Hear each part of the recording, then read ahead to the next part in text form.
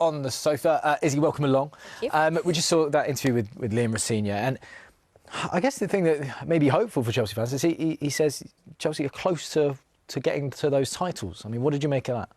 I think it's interesting because he's probably not had long enough yet in the job to be able to gauge, the progress he's made with the team.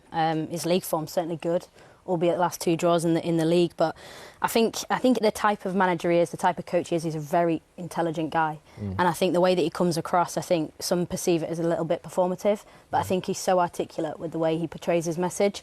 As long as his messages are clear to the players, that squad, some of the players in that Chelsea team are top. Yeah. So if he can get them rolling, they will be closer to titles, but they're obviously competing in a very competitive industry right now. Yeah, I love what you said about, it can be perceived as performative, but Sid, you've played with Liam. Yeah, I know him. And you know him very well, and you know that what you're saying is what you're getting. That is him. That is him. He's a really good communicator. I found that when I played with him in the dressing room, the communication that he'll be giving them players, he'll be giving them every bit of confidence.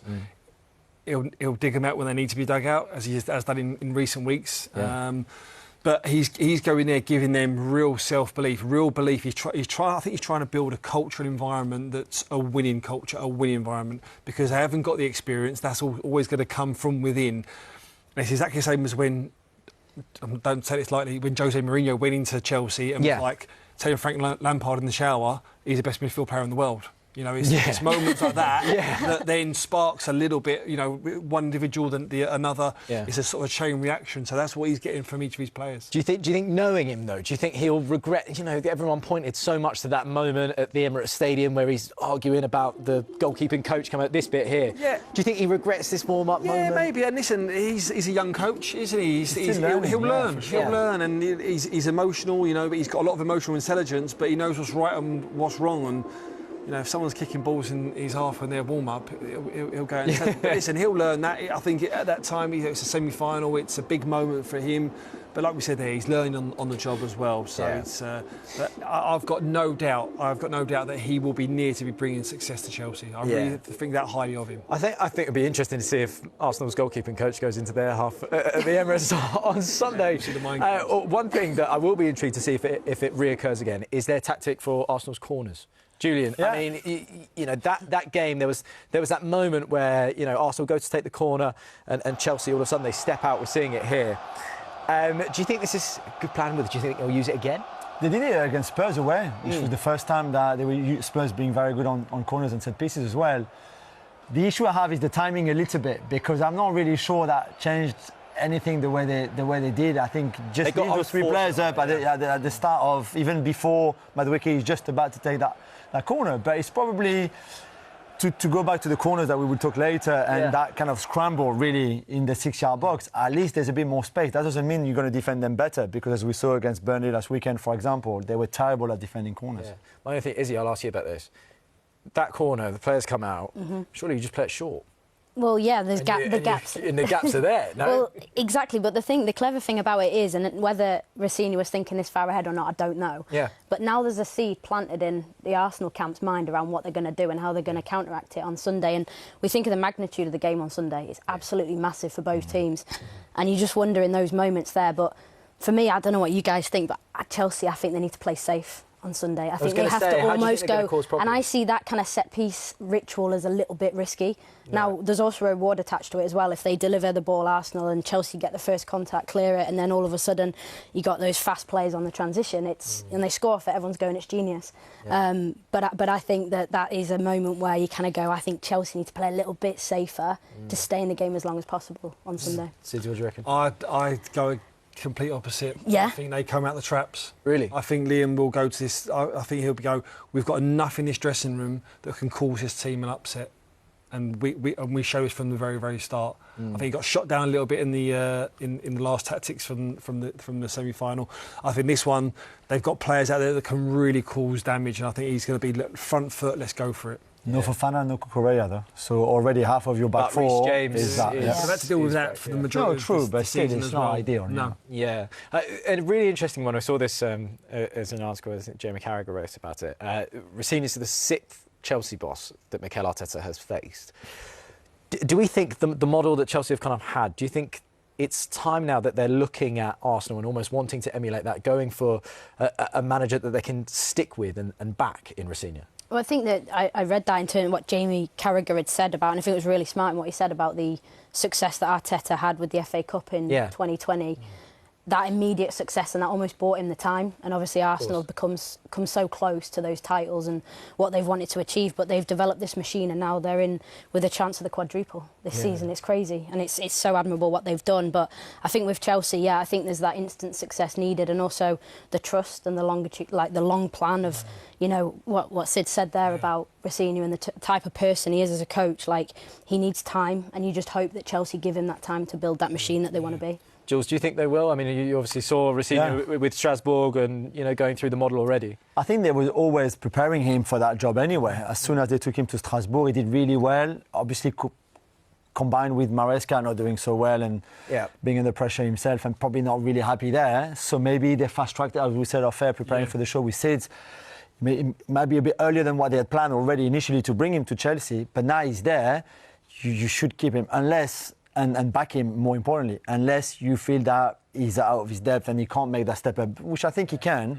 It's just, again, Champions League is vital for them. If they miss out on Champions League and finish sixth, this won't be good enough for the club and probably for him as well as a coach.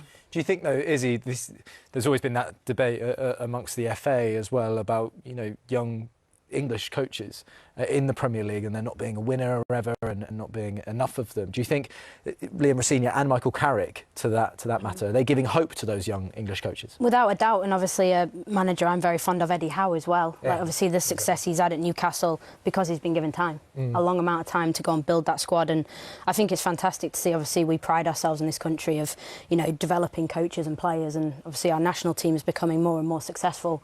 But I think the coaching's a massive part of that, and I think I really like Rosenior's journey, you know, having the bravery to go abroad to France, and maybe that'll stand him in good stead when they play PSG, Jules. And there it is. Get in, it's all about being defensively switched on. We know attacking-wise what he's got, especially when he gets in them pockets and he can create goals and score goals. And like even when he dropped really deep against Man City, you know, from that, and put a lovely ball in for the equaliser. But he knows now defensively he has to be on it as well. Yeah, it's a weird question to ask, this one, because I feel like I don't want you to make a prediction, but I want to say, like, Sid, I'll start with you as a player.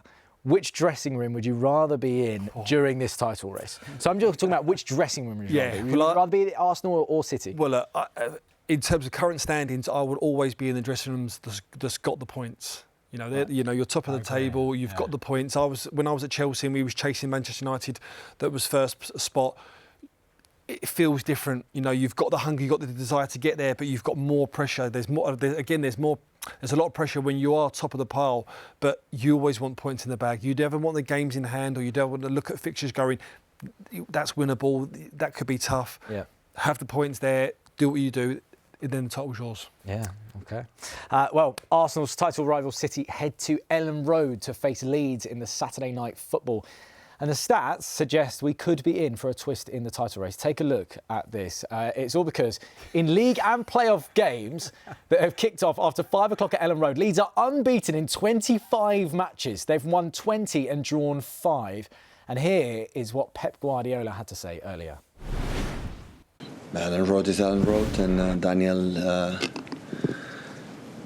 made the last results, you know, going Stamford Bridge or Villa Park and got results, and they have even the plus that his own crowd. But yeah, we are ready to do this challenge again. Ellen Road, seemingly under the lights. Tough place to go. Tough place to go. But I want to say, but genuinely though, is a night kickoff away from home, is it harder, and why? I always found night games a bit more difficult because just the preparation for me, whether you're for the away team, you're in a hotel, you're waiting. I was going to say, what's that like? What is that preparation? It's hard, yeah. I mean, it's the same routine every time, you know, whether it's a 5:30 game or an 8 o'clock game, you're in the hotel. There's a lot of waiting around. There's a lot of time to yourself. There's a lot of thinking, whereas you just want to get up, you know, get into pre-match, get into the game, 3 o'clock kickoff, done. you know. So, but that stat there is just ridiculous. And Leeds away, I mean, when they get that ground going, the fans are absolutely superb. So, yeah, tough game. That's not an easy one. Leeds are in real good form as well. Yeah, I mean, the stats look like that, but let's look at City, you know, in themselves. Julian, did this version of City, I say that because they've had a bit of a rebuild, obviously. Yeah. Does this version of City, do they have that title-winning quality for you? Oh yeah, I mean, yeah, they won 4 of the last 5 titles anyway, so they have that. The game at Liverpool really, and the way they turned that around in the last 10 minutes, I think is massive for them. The fact that Pep is still not, I think, sure about what the best 11 is, because he keeps changing sometimes the formation, sometimes the player. We would talk about O'Reilly before, who's having a big role to play now, but was a left back for most of the season anyway. So they're still clearly trying to find the right formula. They will have 2 massive games against Real Madrid in the Champions League coming up too, which I think will play a bit. They have a big FA Cup game away at Newcastle the weekend before the Champions League comes back too. So there's a lot of things to consider, I think, for Guardiola and City. But yeah, of course, they've been there before, they've done it before, and I think they will have that confidence. But I think they also know that it won't be just that easy. Yeah, I mean, you mentioned Nico O'Reilly there, playing as a 10 now. Like, this is why, you know, sometimes we love Pep Guardiola, and why I think he's one of the greatest of all times. He's not just a great manager, he's a fantastic coach and getting the best out of his players. Nico in that 10 role, getting the goals at the weekend, he's pushing Foden out the side. I mean, do you think he could carry on that pace there? So that's the position that he played at the academy when he was younger. To be fair, they moved him to left back to have a bit more control in possession and that kind of stuff. But he brings balance too in that midfield, and he's got such a big activity, more than Foden and Cherki, for example, who are the 2 really right now who are making, you know, space for him, and O'Reilly starting ahead of them. Those late runs in the box, he can do that. Defensively, he will be obviously more switched on than Cherki and Foden, you would think, because again, I think the games he had at left back would help him for that. I've been really amazed. I don't know what you think from his development this season. Oh, unreal. And as well, versatility that he's got. Pep knowing now that if he's playing as a number 10 and starts, there's injuries at the back, and he can use him to adapt and bring, as you say, a Foden on, and just, you know, it's just a great tool to have. But the second goal there, as soon as the ball gets played wide to Haaland, he's off. He's in the box. He knows the timings of the runs. Really, really pleased to see him developing the way he's going. Thomas Tuchel going, another number 10. Do you know what I mean? But I think looking at the title race and how it's going, there's a few people that subscribe to a way of thinking that's it all comes down to the Carabao Cup final. Everyone seems to be going, you know, whoever wins that game, that's going to be how it's decided. Are you that way inclined? Do you know what? When I was at Chelsea, very early on in the season, Jose Mourinho used to say, we get to the Carabao Cup final, that then gives us the springboard for the back end of the season. So it's seen as, to the top managers, they really see that as a real kick on to then go, we go again. Not that if we lose this, you know, we use that as fuel to then go. It really is a case of, we've won silverware, put it to bed, now we go for the next one. Yeah. So, yeah, I think the league game is obviously is huge. Yeah. I don't think we're going to get anything from, you know, who's going to win the league out of that cup final. But in terms of mentality and just seeing it and visualising it to go, if we win this, it just gives us that stride of confidence. A weird way of thinking, you know, maybe this is me as an Arsenal fan thinking that. If you give away too much in that Carabao Cup final, does that hinder you in the league game? Do you know what I mean? Surely not. No. There'd be a month. Teams know so much now about the stats, analysis, every department. They know everything already. Everybody knows everything about the club. I'll hold on to that one. Well, you can see if City can close that gap to within 2 points of Arsenal when they go to Leeds on the Saturday night football. Live coverage starts at 5 o'clock. Well, following that, Arsenal host Chelsea on Super Sunday, and coverage for that starts at 4 o'clock.